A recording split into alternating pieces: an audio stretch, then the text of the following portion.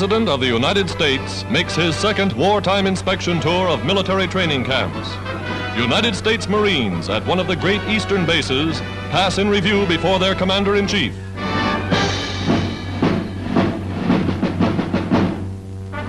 Traveling further south, Mr. Roosevelt sees at first hand the growth and progress of America's vast new military machine.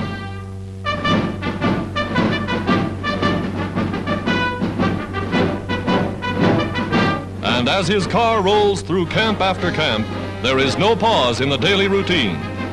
Today, the United States is giving its men the best possible training, seeing to it that every soldier is physically fit and completely equipped before he goes into battle. The President views with satisfaction the success of the air training program. All America working to speed the day of victory for the United Nations.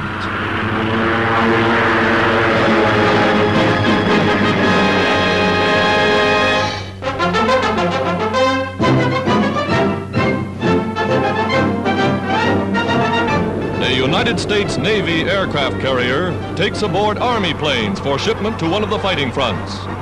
Planes are stored above and below deck. It was from just such a flat top that American bombers carried out their raid on Tokyo a year ago.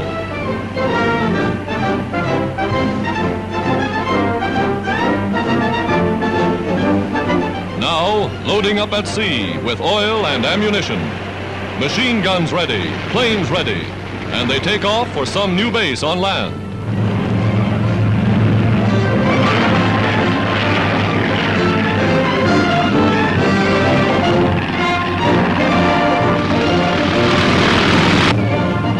The Army and Navy combining forces to deliver entire squadrons of fighting planes ready for action.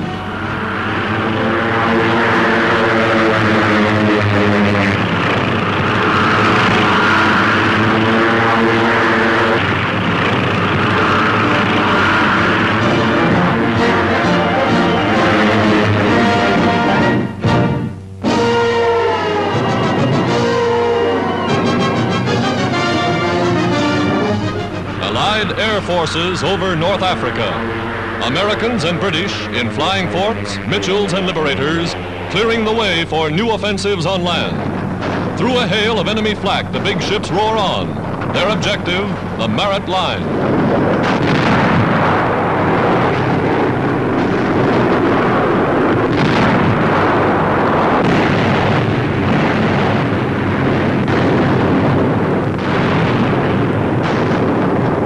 Big bombers softening up Rommel's Africa Corps with load after load of high explosives.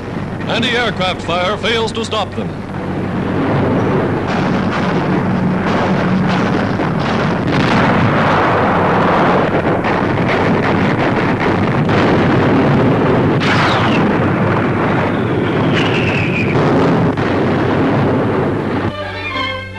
The famous Maret Line, now in British hands. Behind these concrete emplacements, Rommel was expected to make a stand.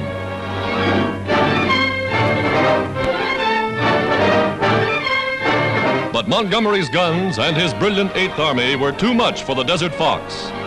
Here, General Alexander, Allied Ground Chief, and French General Giraud visit the fighting front as British artillery gives the Nazis no rest.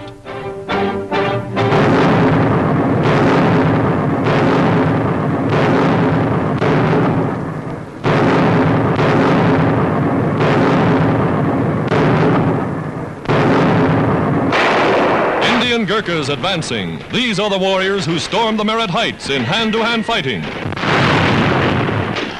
Now, in the American sector, United States tanks take their place in the Allied strategy to drive Rommel into the sea.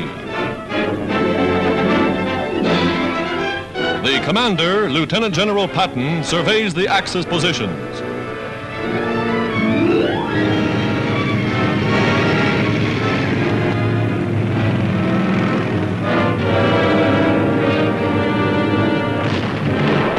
Guns emplaced in the hills open fire, and they have the range.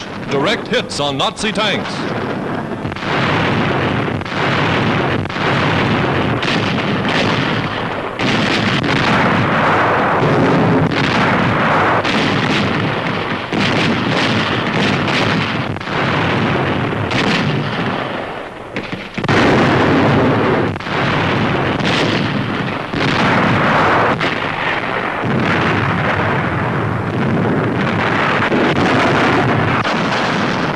The general grins with satisfaction.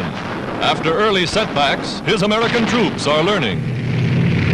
More big General Sherman-type tanks roll up as the advance continues.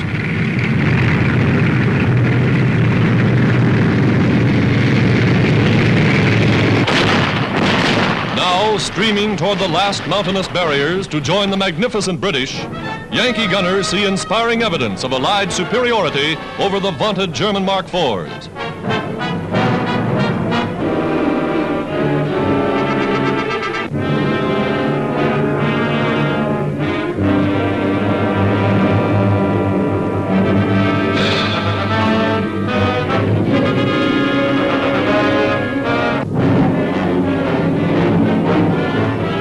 Engineers, profiting by the experience of the veteran British, learn the deadly business of clearing roads of enemy mines so that infantry columns may safely advance.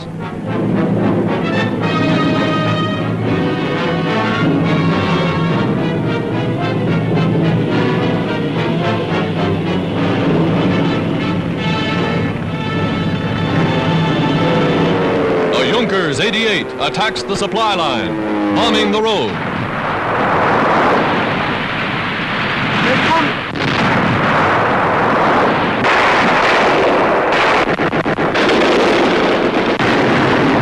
Guns, camouflaged in nearby fields, score a hit. Italian prisoners, captured in earlier stages of the fighting.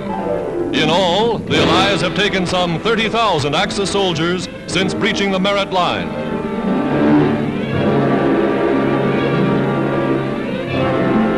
A meal of United States Army field rations is quite a banquet for members of the elite German Africa Corps. American Army nurses fly to within sound of the guns to evacuate wounded by air, speeding stretcher cases to base hospitals well in the rear, flying the wounded back over country that would take days to travel by land.